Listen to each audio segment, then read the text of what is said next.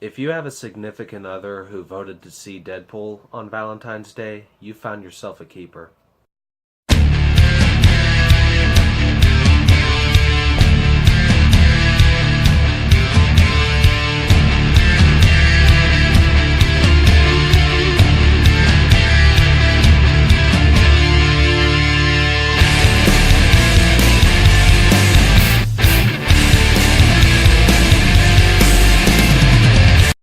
In case you haven't guessed by the intro, tonight's review is going to be on Zoolander 2, which I haven't even bothered to see, so instead I'm going to be talking about Deadpool.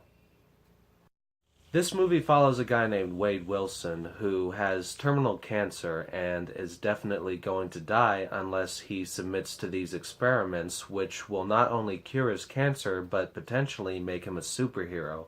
However, after things go awry for him, he goes on a mission to seek vengeance on the man who essentially created him.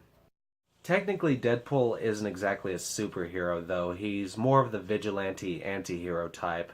He does have his own morals, where he'll let someone go as long as they haven't done any harm, but at the same time, when it comes to the actual bad guys, he has no qualms with killing them.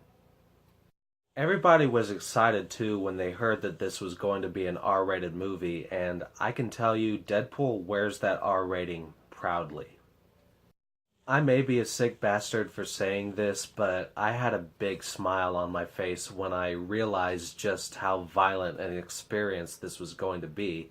And that moment came early on in the film where this bad guy got flung from a vehicle and hit this billboard.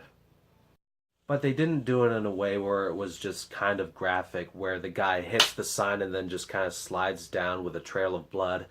No, as soon as he made contact with it, he instantly became bad guy gumbo. Also, I knew that this movie was going to be funny and was going to have a sense of humor, but it was way funnier than I even expected. There were some serious moments in it, and it knew how to handle some of that when it came to Deadpool's origin story as well as the romantic subplot. But I swear, I laughed harder watching this movie than I have watching any movie in a long time. And I'm not going to reproduce this sound just because it would be impossible, but there was even a point where this movie had me cracking up so hard that I made this high-pitched sound like a woman falling through a trap door. The supporting characters in this movie were great too.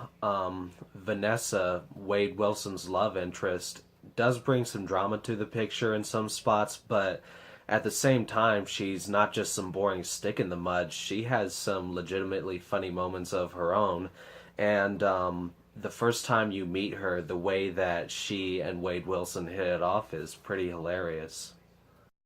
Colossus turns out to be another one of my favorite characters in this movie. Whereas Deadpool is just a huge smartass who blasts bad guys down left and right, Colossus could be considered more of the straight man. He's just very gentlemanly and polite. He even attempts to be Deadpool's sort of moral compass in the movie.